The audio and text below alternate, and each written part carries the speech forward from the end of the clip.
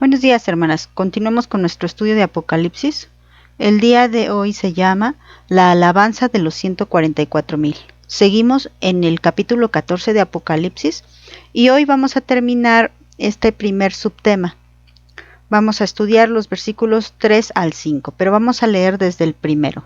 Dice así: Después miré y he aquí el Cordero estaba en pie sobre el monte de Sión y con él 144,000 que tenían el nombre de él y el de su padre escrito en la frente. Y oí una voz del cielo como estruendo de muchas aguas y como sonido de un gran trueno, y la voz que oí era como de arpistas que tocaban sus arpas.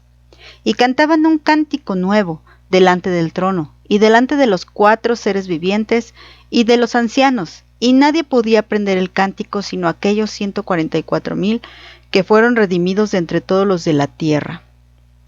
Estos son los que no se contaminaron con mujeres, pues son vírgenes. Estos son los que siguen al Cordero por donde quiera que va. Estos fueron redimidos de entre los hombres como primicias para Dios y para el Cordero. Y en sus bocas no fue hallada mentira, pues son sin mancha delante del trono de Dios. Bueno, hoy vamos a dedicarnos a los versículos 3, 4 y 5, pero antes vamos a recordar un poquito lo que vimos en el tema anterior. Y hablamos acerca de que todo esto que viene aconteciendo en el capítulo 14 sucede después de las tragedias o de la obra del maligno de los capítulos 12 y 13. Entonces ese después es muy importante porque es después de la predicación de los 2 testigos, después de la bestia que hace guerra contra los santos. Básicamente es después de la gran tribulación, aunque recuerden que Apocalipsis va y viene. Después en los siguientes capítulos nos vamos a regresar otra vez a sucesos que van a acontecer durante la gran tribulación, aunque ahorita estamos viendo algo que ya sucede después. Recuerden que esto lo hace el Señor para animar a su pueblo, para animar a la iglesia a resistir, y constantemente está recordando la promesa de que Él va a redimir, de que Él va a rescatar, de que Él va a dar la victoria.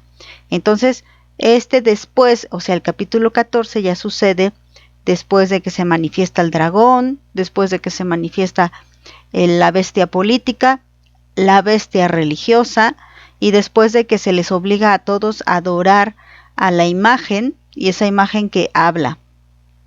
Eso pasa cuando el falso profeta hace que se le haga una imagen a la bestia, al anticristo, y bueno, hace que hable, que haga señales y quiere que todos le adoren, y el que no le adore pues será asesinado.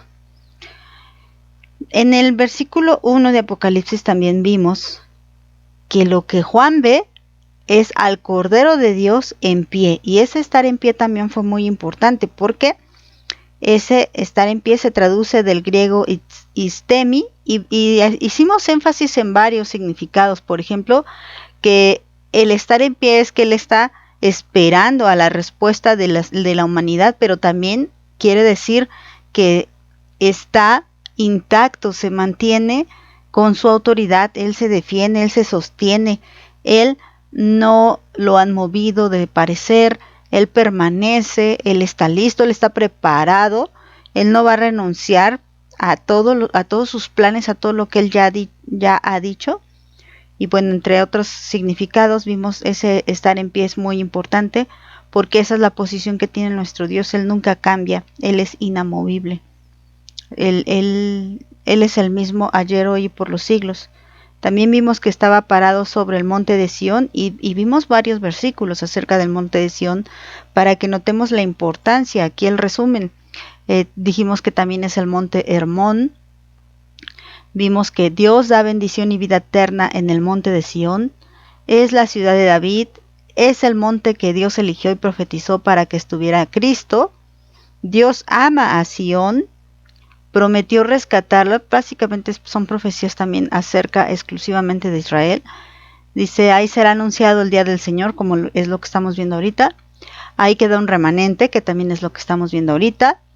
Lugar donde Jesús entró en un pollino. También vimos cómo Él tiene esa entrada triunfal ahí a Jerusalén. Y Jerusalén, bueno, Sion está en Jerusalén. También sabemos que hay una Sion celestial, que es la que ve el escritor de Hebreos. ¿Y qué tan importante es Sion? Pues muy importante, tanto que la Biblia la menciona 162 veces. Es un lugar muy, muy importante, y ahí es donde se va a manifestar el Señor luego de que acabe la gran tribulación. Puede hablar en sentido figurado o puede hablar en sentido literal, o más bien yo pienso que está hablando en los dos sentidos, tanto figurado como literal. Bueno, vamos a ver que después vimos que los que estaban ahí parados junto al Cordero fueron los 144,000, que también ellos estaban en pie, o sea que también ellos habían sido rescatados, ellos también ya se les dio autoridad, ellos también están intactos, no sufrieron daño. Acuérdate que en Apocalipsis 7 vimos que estos fueron sellados y que no se les permitió a esos 4 ángeles, que probablemente sean los 4 ángeles que estaban atados al lado del río Éufrates, y no se les permitió a esos 4 ángeles hacerles daño. No pueden hacer daño ni a la tierra hasta que los 144,000 fueran sellados. ¿Qué significa? Hasta que fueran dotados de la unción y del poder del Espíritu Santo para poder resistir el día malo, el día muy malo, porque estamos hablando de la gran tribulación. Entonces, en el capítulo 7 estamos viendo cómo el Señor los protege, y para el capítulo 14 también estamos viendo cómo ya es el cumplimiento de esa cobertura, de esa protección que tiene Dios hacia sus elegidos, que en este caso son 144,000, que ya vimos que no son otros sino el pueblo de Israel. Dice que se oyó una voz del cielo. Esa voz del cielo era como de muchas aguas, quiere decir que era fuerte, no se puede escuchar otra cosa, y también recalcamos cómo es importante que pongamos atención a la voz de Dios.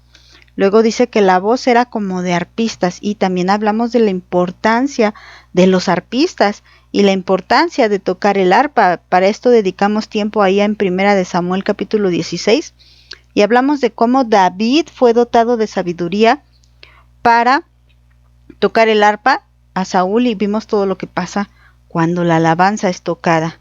Vimos también Salmo 22:3, que dice: pero tú eres santo, tú que habitas entre las alabanzas de Israel. También vimos Salmo 89:15, bienaventurado el pueblo que sabe aclamarte, andará, oh Jehová, a la luz de tu rostro. Bueno, eso fue lo que vimos en el tema anterior. Hoy vamos a comenzar con la alabanza de los 144,000. Prácticamente seguimos hablando de lo mismo acerca de la alabanza y la importancia que tiene y por qué había esta alabanza en los 144,000. Vamos a iniciar con el versículo 3. La primera parte dice: y cantaban un cántico nuevo. Aquí es importante aclarar, ¿quiénes estaban cantando? Los 144,000, porque hemos visto en otras escenas que cantaban los ancianos, que cantaban los ángeles, que cantaban incluso los querubines. Hemos visto eso, cómo ellos dan alabanza, pero en esta ocasión, esta alabanza está siendo dirigida única y exclusivamente por los 144,000. ¿Por qué? Porque están cantando un cántico nuevo. Y bueno, ahorita dejen esto entre paréntesis porque tenemos que regresar a esto del cántico nuevo. Vamos a avanzar en el versículo y ya después les digo qué es lo que tenemos que aclarar con el cántico nuevo. Dice: delante del trono y delante de los 4 seres vivientes y de los ancianos. Entonces, aquí hay una pregunta: ¿dónde están cantando o dónde cantan? Si están delante del trono, delante de los 4 seres vivientes y delante de los ancianos, ya para Apocalipsis 14, están cantando en el cielo. O sea, los 144,000 ya no se encuentran en la tierra, y su lugar ya está en el cielo. Ellos no son de aquí, sino que son de los lugares celestiales. Puede ser que aquí otra vez se diga en sentido figurado o en sentido literal, igual, de la misma manera, porque aquí ya estamos hablando de la segunda venida de Cristo. Estos 144,000 han salido victoriosos. Probablemente no quiere decir que no hayan sido asesinados, no quiere decir que no hayan sido perseguidos, que no hayan sido maltratados, que no hayan sido marginados. no quiere decir eso, sino que a pesar de todo lo que estaba pasando en la tierra, ellos, su fe, su santidad, su esperanza se mantiene intacta. Entonces, probablemente muchos ya estaban muertos y se encontraban ya en el cielo, sí, pero o probablemente esté hablando de que estaban aquí en la tierra con el Señor en su segunda venida, tal vez también. Esto es algo que no lo podemos saber con certeza. Lo cierto es que nos está hablando que el lugar donde ellos se encuentran y el lugar de la alabanza que ellos están cantando es en el cielo. O sea, no es cualquier canto, es un canto celestial, es una adoración celestial y ellos se encuentran en los lugares celestiales, quiere decir en la presencia de Dios mismo.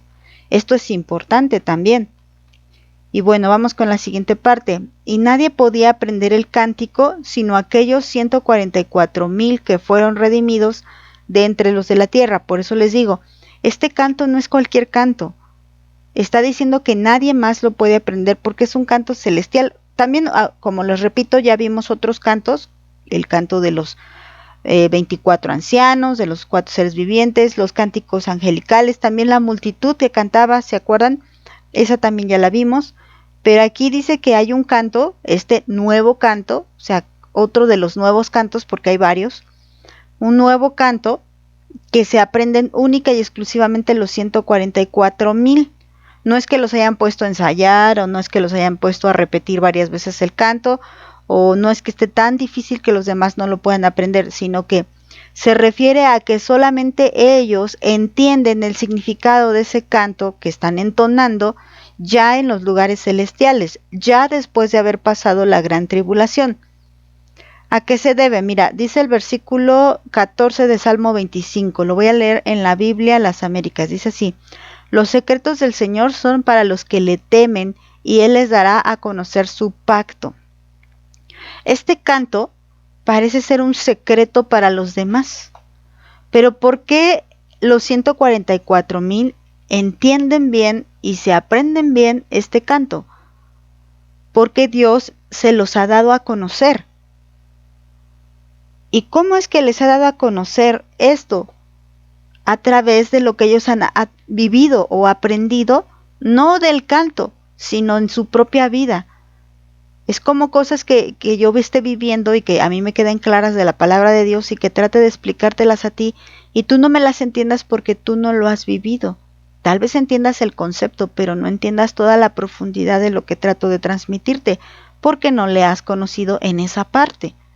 Y de igual manera, si tú estás viviendo algo que yo nunca he vivido, no voy a entender lo que tú estás viviendo. Y no voy a entender la forma en la que tú alabas a Dios en ese momento, porque yo no lo estoy viviendo. A eso se refiere. Nadie, sino solo los 144,000, están experimentando eso que ellos pasaron durante la gran tribulación.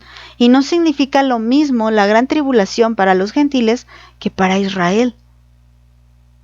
Ellos son israelitas. Ellos eran pueblo y dejaron de ser pueblo por su rebeldía y volvieron a ser pueblo por la misericordia de Dios. Esto es algo que los gentiles no entienden. Aunque en concepto lo sabemos, pero no sabemos qué se siente. Es como cuando los ángeles predican el evangelio y no saben qué se siente ser salvos porque no son salvos. Ellos no pueden entonar un canto de redimidos porque no fueron redimidos. Nosotros no podemos entonar este canto que están entonando los 144,000 porque no éramos pueblo y fuimos hecho pueblo, pero ellos sí eran pueblo y fueron desechados y luego fueron tomados por la misericordia de Dios, algo que solo a Israel le ha pasado. Entonces, vamos a continuar con el versículo 4, perdón.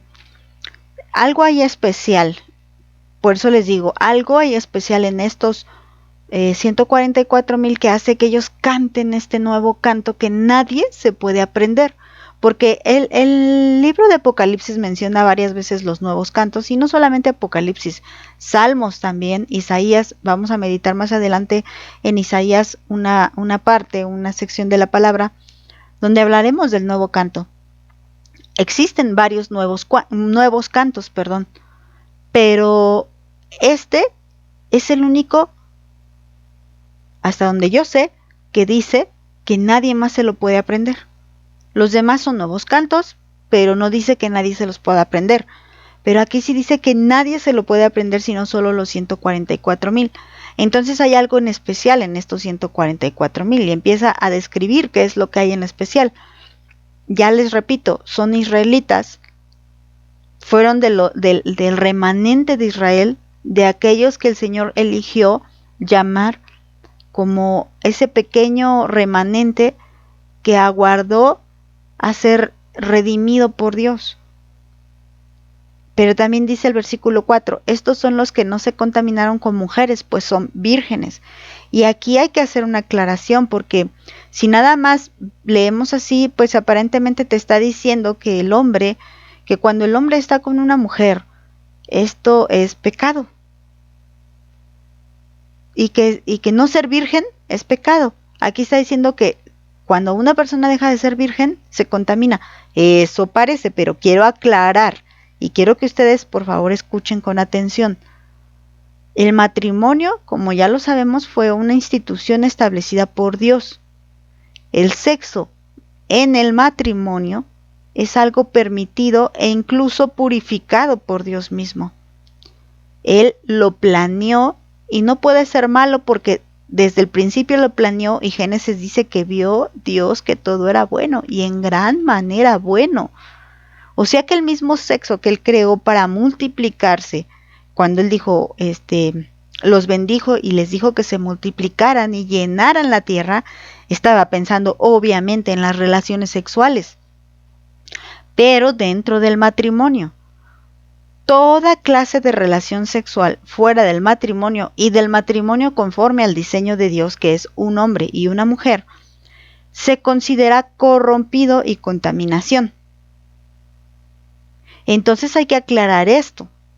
Aquí no está hablando, este versículo no habla en contra del matrimonio.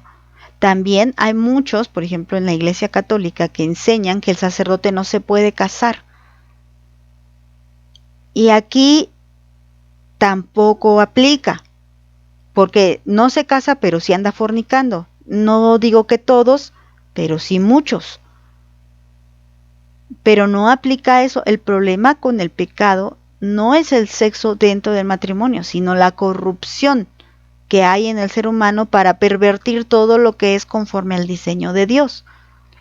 Ahora, hay algo en especial en estos 144,000. Estos no se contaminaron con mujeres. Al decir que no se contaminaron con mujeres, muy probablemente esté hablando de fornicación y adulterio. Puede que esté hablando de personas que que son solteros, digamos, y nunca se casaron y nunca han tenido relaciones, tal vez, pero en ellos no aplica la contaminación. Más bien se refiere a mantenerse virgen, puro, limpio de la contaminación del mundo.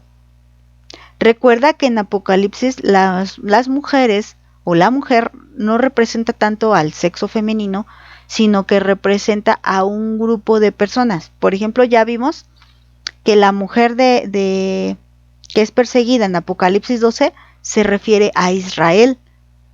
Después vamos a ver otra mujer que está ahí embriagada, se refiere a la gran ramera, que se refiere a aquella que se supone cree en Cristo y no, que está fornicando espiritualmente con ídolos y con falsas doctrinas.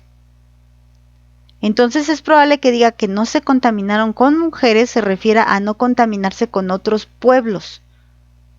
No se contaminaron, recuerda que ellos son israelitas y no se contaminaron con otros pueblos.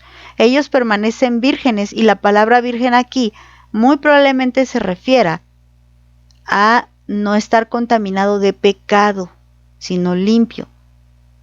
Les recuerdo, la Biblia no se contradice, la Biblia no va a hablar en contra del matrimonio. ¿Podría aplicar para una persona que no ha fornicado físicamente y por tanto no se ha contaminado con mujeres? Claro que también, porque al momento que esa persona fornica, pues contamina su cuerpo, pero también contamina su alma y su espíritu. Entonces, ¿puede aplicar físicamente? Sí, pero yo creo que más bien debemos de darle un sentido espiritual a esta parte de la palabra de Dios. Miren, yo les voy a leer 3 versiones más de esta primera parte de Apocalipsis 14. Lo voy a leer en la versión Nueva Biblia Vida y así lo traduce esta versión. Lo podían cantar porque se mantuvieron puros como vírgenes. Podían cantar el cántico nuevo porque se mantuvieron puros como vírgenes. O sea, aquí está hablando en un sentido simbólico.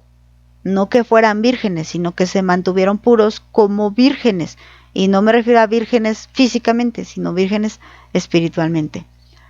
La Nueva Traducción Viviente lo dice así: ellos se han mantenido tan puros como vírgenes. Una virgen es pura porque no ha tenido un contacto sexual y no se ha ensuciado fornicando ni participando en adulterio. No ha hecho nada de eso, por lo tanto está limpia, está pura. Y aquí dice que estos 144,000 no se han ensuciado con nada, se mantienen limpios. Y por último, no me gusta usar mucho esta traducción, pero me pareció interesante cómo lo tradujeron. La Nueva Versión Internacional dice así: estos se mantuvieron puros sin contaminarse con ritos sexuales. Ahora, ¿por qué quise hacer énfasis en esta versión?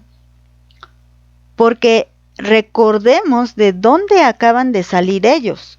Por eso dice el versículo 1, después de la manifestación del anticristo y del falso profeta y de todas las depravaciones, recuerda que van a hacer una imagen y en esta imagen se deben de postrar todos. También habla de un gobierno mundial, un gobierno universal, que va a querer la adoración solamente para el anticristo, que va a hacer muchas señales. Eso quiere decir muchos pueblos, puede ser las muchas mujeres de las que habla el versículo 4. Y también obviamente que ustedes han visto que a lo largo de la historia la idolatría se relaciona mucho con la fornicación y el adulterio. Muchas religiones, incluso antiguas, ellos han pues combinado actos sexuales con idolatría, con borracheras, con glotonerías, y todo esto lo hacen como un rito, como un culto para sus dioses. No sería de extrañarse que aún esta imagen, el anticristo, pidiera todas estas cosas. También sabemos que este mundo que ya está siendo trastornado con la homosexualidad, el lesbianismo, ya lo estamos viendo. Y cómo se corrompen las relaciones, incluso ya los noviazgos ya no son jovencita con jovencito, sino que ahora ya son joven con joven, señorita con señorita, o jovencita con jovencita. Ya son así. O estaba viendo que un grupo de personas que no importa, que da igual que si ahorita es hombre y luego sigue mujer, y les da igual. Como el terrible símbolo mexicano que es Frida Kahlo, una mujer de muy mal ejemplo y que la usan como un símbolo mexicano. De verdad es hasta vergonzoso traer su imagen ahí en como símbolo de los días patrios y todo esto. La verdad es vergonzoso. Esta mujer era bisexual, era una mujer aparte ni feminista, al contrario, maltratada y bueno. Esto fue un paréntesis, pero este tipo de personas es el tipo de gente que ya se está manifestando más ahorita. Entonces no podemos pensar que en aquella época sea diferente, sino que va a ser peor. Por eso me llama la atención que esta versión dice no se contaminó con ritos sexuales. Va a ser peor y es muy probable que el anticristo pues dé manga ancha para que se pueda hacer toda esta clase de cosas, pero estos 144,000 se van a mantener puros. Ahora, que si dijéramos que realmente la Biblia se refiere a que literalmente nunca han tenido relaciones sexuales porque son vírgenes, bueno, también hay un versículo que nos habla de esto. Vean, el mismo Señor Jesucristo nos lo enseñó. Vayan ahí al libro de Mateo, capítulo 19, y vamos a leer del versículo 10 hasta el 12. Esta plática surge a partir de que una gente le quiere tentar acerca del divorcio. le preguntan, ¿es lícito dar el divorcio por cualquier cosa? Y es cuando el Señor da la enseñanza de que no es así, que el matrimonio lo estableció y que al principio Dios los creó hombre y mujer, y que lo que Dios ha unido no lo separa el hombre. Y luego también Él explica, ahí mismo, en esos versículos, ustedes léanlos, Él explica que una mujer divorciada o un hombre divorciado que se vuelve a casar comete adulterio, y el que se casa con esos divorciados cometen adulterio. Entonces, la palabra de Dios nos está enseñando que es muy importante el matrimonio. Aquí cuando ven esto, obviamente la gente desde esa época ya estaba acostumbrada a hacer con su vida lo que querían. Y por lo tanto ellos ya hacían eso de casarse, divorciarse, y ante los ojos de Dios esto está mal. Hasta sus propios discípulos, pues como que se les hace muy pesada esta enseñanza, y hoy en día es una realidad. A mucha gente se le hace pesada la enseñanza de mantenerse en el matrimonio hasta el último día de sus vidas, y que si se llegan a divorciar por alguna razón no se vuelvan a casar. A mucha gente eso se le hace escandaloso y pesado, pero para los hijos de Dios esto no es así, porque el mismo Señor Jesús lo enseñó. Pero vean, sus discípulos también protestan, digamos así, por esta enseñanza que Jesús dio. Versículo 10. Le dijeron sus discípulos, si así es la condición del hombre con su mujer, no conviene casarse. Ay, pobrecito. Esto es lo que estaban diciendo, pobrecito, no se puede divorciar, y si se divorcia ya no se puede casar. Ay, mejor no conviene casarse. Bueno, el versículo 11 dice, entonces Él les dijo, no todos son capaces de recibir esto, sino aquellos a quienes les es dado. O sea, sí hay gente que es capaz de no casarse, pero de no casarse y no contaminarse. Versículo 12. Pues hay eunucos que nacieron así del vientre de su madre, y hay eunucos que son hechos eunucos por los hombres, y hay eunucos que asimismo se hicieron eunucos por causa del reino de los cielos. El que sea capaz de recibir esto, que lo reciba. Y aquí esta palabra, la que debemos de insistir, es la palabra eunuco. Eunuco. Y si vamos al diccionario Strong, dice así, persona castrada físicamente. Físicamente le cortaron su miembro viril, su miembro varonil. Esto era muy común en aquellos tiempos y en las regiones orientales. También se entiende de que se trata de un hombre impotente. No está castrado, pero es impotente. Un hombre soltero también se entiende. Ahorita vamos a ver dónde implica, o por implicación, alguien que es como el chambelán. Alguien, la hija mayor te pide permiso de ir al cine con el novio y tú le mandas al hijo menor, ¿no? Para que cuide y vigile que nada pase.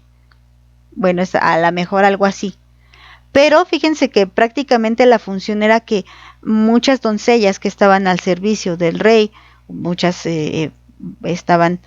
fueron tomadas para ser concubinas del rey, tenían que ser cuidadas por hombres, y para que el rey estuviera seguro de que estas mujeres eran única y exclusivamente de él, los hombres que ponía al cuidado de ellas eran castrados. Y bueno, por eso vamos a regresar al versículo que dice, hay eunucos que nacieron así del vientre de su madre. Estos pueden ser los que tienen impotencia. O sea, así son, así nacieron. No pueden tener relaciones porque son impotentes. Luego dice, hay eunucos que son hechos eunucos por los hombres. ¿Y estos quiénes son? Los que fueron castrados para cuidar a alguien más.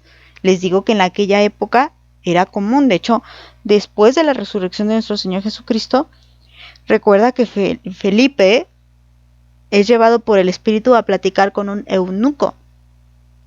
Y entonces, ese eunuco a esto se refiere, que fue castrado porque estaba al cuidado de la reina. Entonces ya después sigue, y hay eunucos que asimismo se hicieron eunucos por causa del reino de los cielos. Estos prácticamente ni son impotentes ni están castrados, pero ellos mismos han decidido mantenerse solteros para dedicarse 100% al reino. Ahora, ¿es un mandamiento? No, no es un mandamiento. Aquí está diciendo, no todos son capaces de recibir esto como un don, como un regalo. Parece ser que Pablo era soltero. Parece ser, porque si no, habría descuidado a su mujer porque nunca la traía. Entonces lo más seguro es que fuera soltero.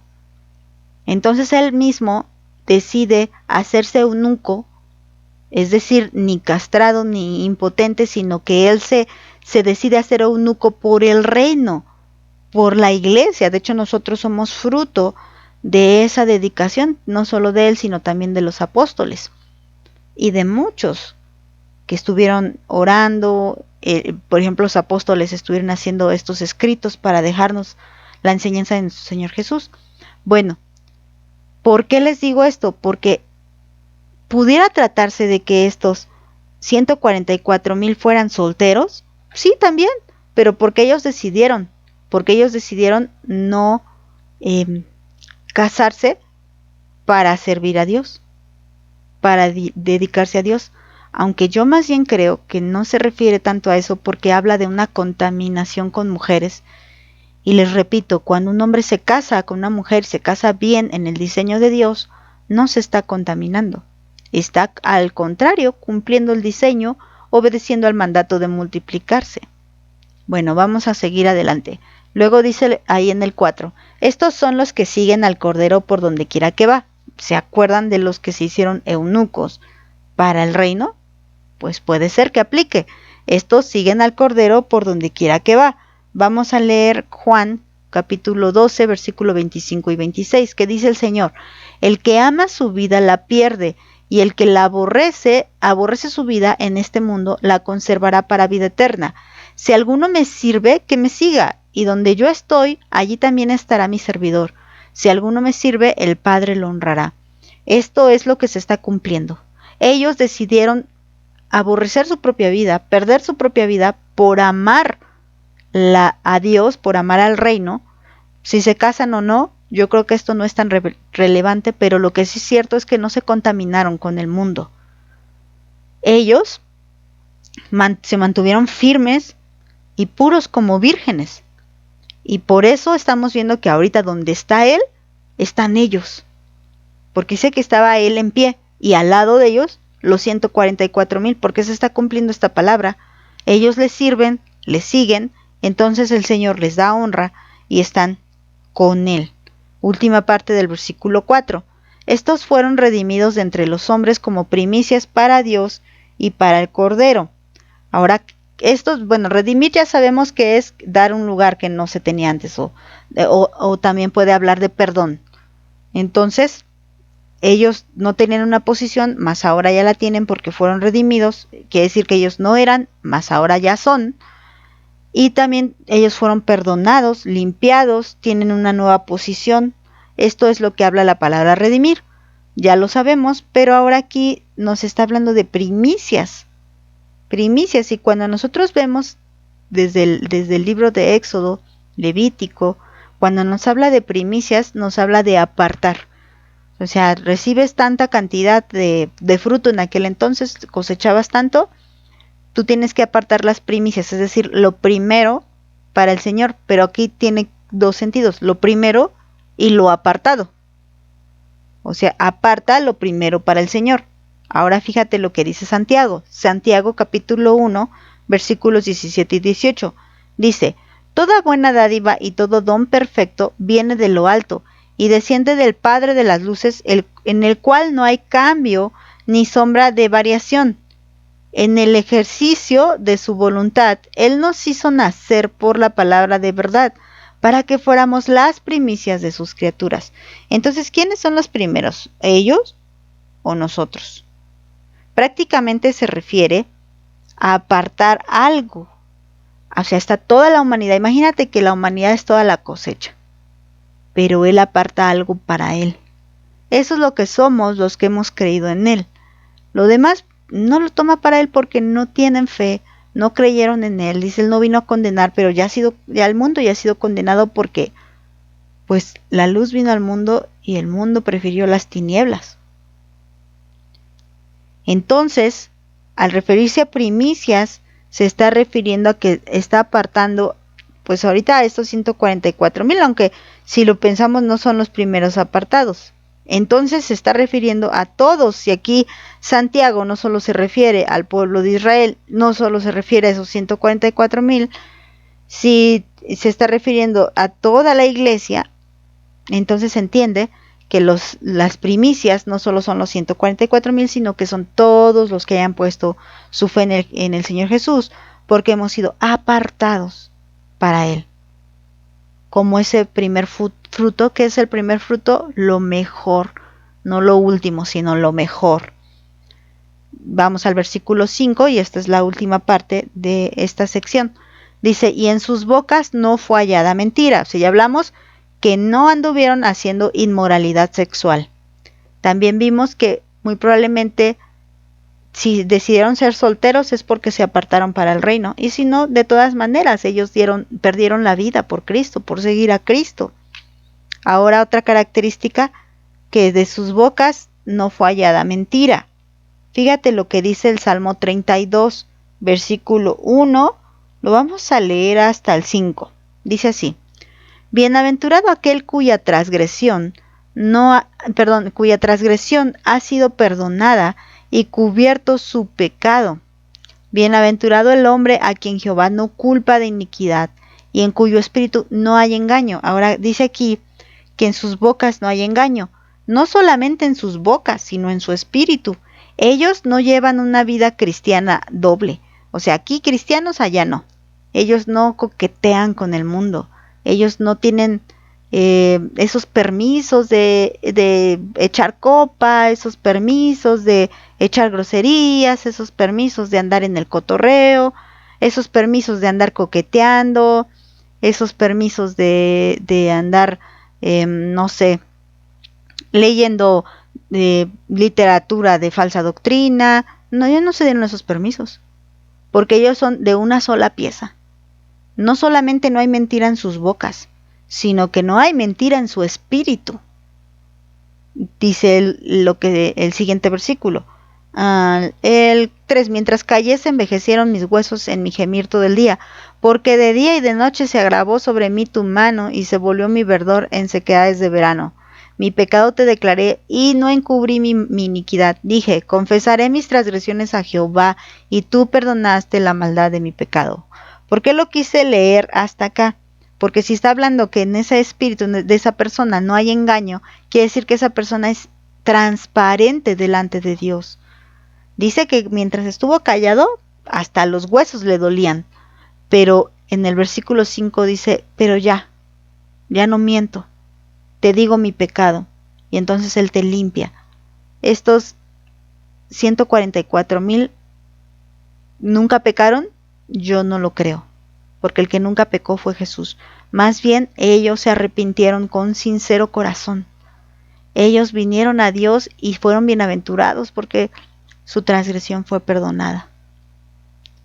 No cubrieron su pecado, no dieron apariencias, sino que anduvieron en santidad y en integridad. Otra cita, Primera de Pedro, capítulo 3, versículo 8, dice así: Finalmente sean todos de un mismo sentir, compasivos, amándose fraternalmente, misericordiosos, amigables, no devolviendo mal por mal, ni maldición por maldición, sino por el contrario, bendiciendo sabiendo que fueron llamados para que hereden bendición. Porque el que quiere amar la vida y ver días buenos, refrene su lengua del mal, y sus labios no hablen engaño. Apártese del mal y haga el bien, busque la paz y sígala, porque los ojos del Señor están sobre los justos y sus oídos atentos a sus oraciones, pero el rostro del Señor está contra aquellos que hacen mal. Entonces les digo, yo no creo que no pecaran, porque les digo, el único sin pecado es Jesucristo, pero lo que sí creo es que ellos buscaban esto, ser de un mismo sentir, amándose, perdonándose, no devolviendo mal por mal. Y mira lo que dice: el que quiere amar su vida y ver días buenos, refrene su lengua. Y ellos están viendo días buenos porque dice que en su boca no hay engaño.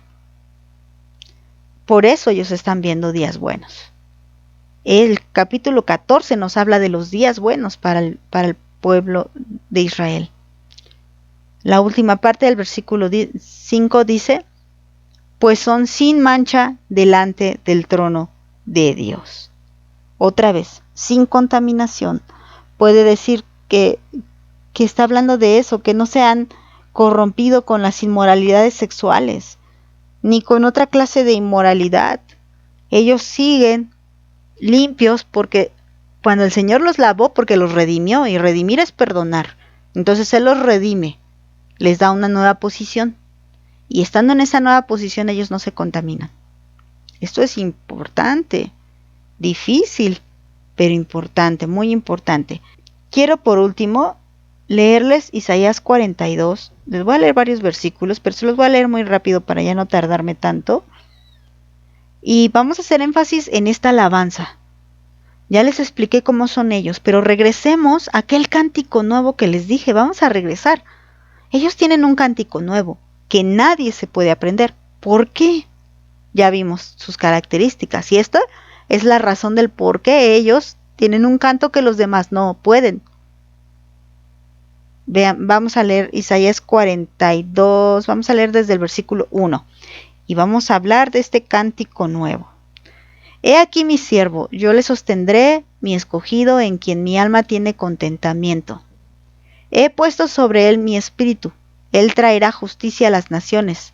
No gritará ni alzará su voz, ni la hará oír en las calles. Está hablando de nuestro Señor Jesús, esta es una profecía. No quebrará la caña cascada, ni apagará el pabilo que humeare. Por medio de la verdad traerá justicia. No se cansará ni desmayará, hasta que establezca en la tierra justicia, y las costas esperarán su ley. Bueno, los 144,000 estaban cantando un cántico nuevo, porque ellos entendían algo que los demás no. Mira lo que dice, no quebrará la caña cascada, o sea, la que está a punto de romperse no la va a quebrar. Ellos son esa caña cascada, ellos son los que estaban a punto de romperse, ellos son ese cachito de, aquí dice, ni apagará el pabilo que humeare, ese poquita humo que queda en ese pabilo de esa vela, que es cuando ya le soplas y no se apaga bien, y que necesitas, a veces te chupas los dedos y la apagas, ¿no? Ahí, o le echas agüita, o le sigues soplando para que se apague totalmente. Y nuestro Señor Jesús no hizo eso con Israel. Ellos ya eran como un pabilo humeante, ya como una caña cascada, que estaba a punto de quebrarse y ya no servir para nada. El pabilo, si se apaga, ya no alumbra nada. Pero Dios hizo que permanecieran. El humo, este humito que aún salía, y esta pequeña luz, pequeñitita que le queda al pabilo, son estos 144,000, este remanente de Israel. Por eso ellos entienden algo que los demás no entienden. Por eso ellos están cantando un cántico nuevo. Mira, vamos a leer más adelante. Así dice Jehová Dios, creador de los cielos, y el que los despliega, el que extiende la tierra y sus productos, el que da alimento al pueblo que mora sobre ella, y espíritu a los que por ella andan. Yo, Jehová, te he llamado en justicia. Ya le está hablando Jehová a Israel. Yo, Jehová, te he llamado en justicia, y te sostendré por la mano, te guardaré, y te pondré por pacto al pueblo, por luz de las naciones, para que abras los ojos de los ciegos, para que saques de la cárcel a los presos, y de casas de prisión a los que moran en tinieblas. Está hablando de Jesús. Yo, Jehová, este es mi nombre, y a otro no daré mi gloria, ni mi alabanza esculturas. Recuerda que la gente está adorando la imagen de la bestia, pero estos 144,000 no. He aquí se cumplieron las cosas primeras, y yo anuncio cosas nuevas antes que salgan a la luz. Yo se las haré notorias. Canten a Jehová con un cántico nuevo, su alabanza desde el fin de la tierra, los que descienden al mar y cuanto hay en él, las costas y los moradores de ellas. O sea, él le explicó todo esto. Mira, él no va a apagar el pabilo, él hizo que se desplieguen los cielos, él redimió, él dio salvación, él sacó de la cárcel a los que estaban cautivos, y entonces dice, canten a Jehová un cántico nuevo. O sea, luego de entender esto, canta al Señor. ¿Por qué le cantas al mundo? Pues porque no lo entiendes. Pero cuando entiendes, cantas al Señor. canta al Señor cántico nuevo, o sea, un cántico diferente a lo que venías cantando. 11. Alcen la voz el desierto y sus ciudades, las aldeas donde habita Cedar, canten los moradores de Selá, y desde la cumbre de los montes den voces de júbilo. Den gloria a Jehová y anuncien sus loores en las costas. Jehová saldrá como gigante y como hombre de guerra despertará celo. Gritará, voceará, se esforzará sobre sus enemigos. Desde el siglo he callado, he guardado el silencio y me he detenido. Daré voces como la que está de parto, asolaré y devoraré juntamente, y convertiré en soledad montes y collados y haré secar toda hierba. Los ríos tornaré en islas y secaré los estanques. Esto era algo que ya estaban viendo los 144,000, todas estas tragedias que ya habían pasado, y ellos lo estaban viendo. Recuerda que Isaías dice, canten, canten, porque esto está pasando. Versículo 16. Y guiaré a los ciegos por caminos que no sabían. Les haré andar por sendas que no habían conocido. Delante de ellos cambiaré las tinieblas en luz y lo escombroso en llanura. Estas cosas les haré y no los desampararé. Por eso ellos cantan. Porque Dios no los ha desamparado. Porque ellos han visto esto como una realidad en sus vidas. Serán vueltos atrás y en extremo confundidos los que confían en ídolos y dicen a las imágenes de fundición, ustedes son nuestros dioses. Ve cómo dice, los demás están confundidos, pero ellos bien que saben. Los demás no se pueden aprender ningún canto, pero ellos bien que se lo saben. Obvio que los 24 ancianos, ellos cantaban otro canto que también ellos entienden, pero esto es un canto especial, porque ellos fueron redimidos de una forma especial. Por eso recordemos que dice, y oí una voz del cielo como estruendo de muchas aguas y como sonido de un gran trueno, y la voz que oí era como de arpista que tocaba sus arpas. Esta alabanza, esta arpista, o sea, cuando nos habla de un arpista nos está hablando de alguien que tiene talento. Miren, aquí hay unos puntos importantes. ¿Se acuerdan que vimos que David era el que tocaba el arpa para Saúl? Pero David aprendió a tocar el arpa para Saúl desde que él cuidaba las ovejas. Así que tenía que llevar una arpa más o menos pequeña que la pudiera cargar para que se pudiera hacer cargo de las ovejas y al mismo tiempo entonar cantos. Mientras se las pastoreaba y ellas estaban ahí comiendo, él estaba entonando cantos al Señor con su arpa. Así que yo creo que era una arpa pequeña.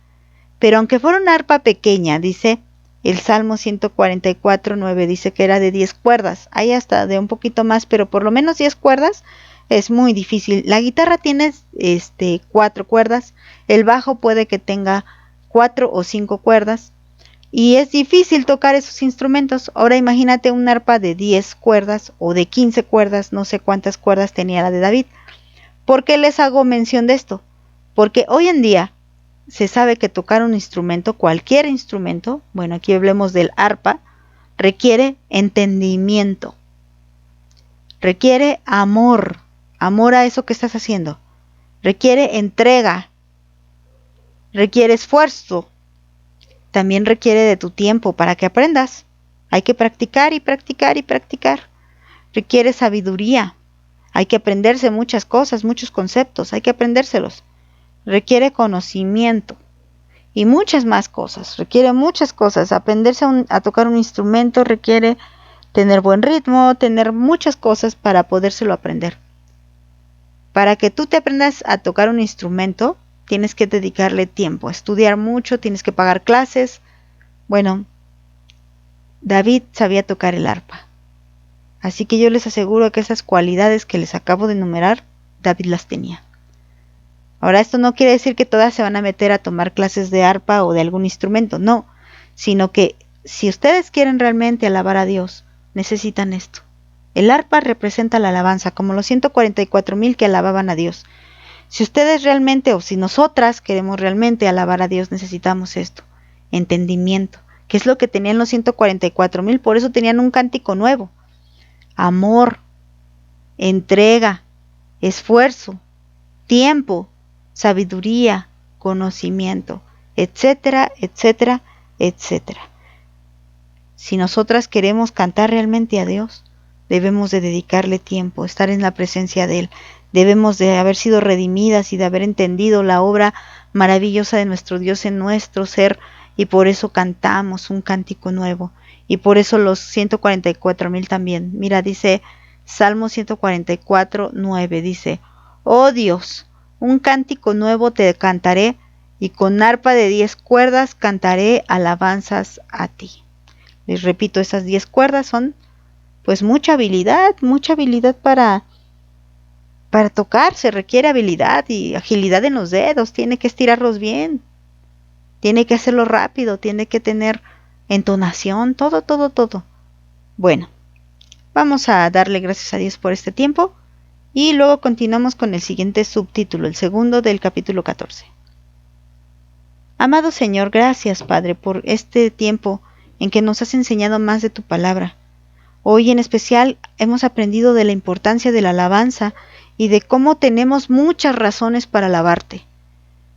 Gracias Señor porque tú siempre nos das un cántico nuevo, una razón de ser. Tú eres todo para nosotros, Señor. Gracias por amarnos a tal grado, a tal manera que nos has dado otra posición, otro lugar. Por eso hoy queremos cantarte, queremos alabarte, queremos exaltar y glorificar tu santo nombre. Gracias, Señor, por este tiempo, y aún te pido que nos sigas enseñando más de tu palabra. Bendigo tu santo nombre, en el nombre de Jesús. Amén. Que Dios las bendiga.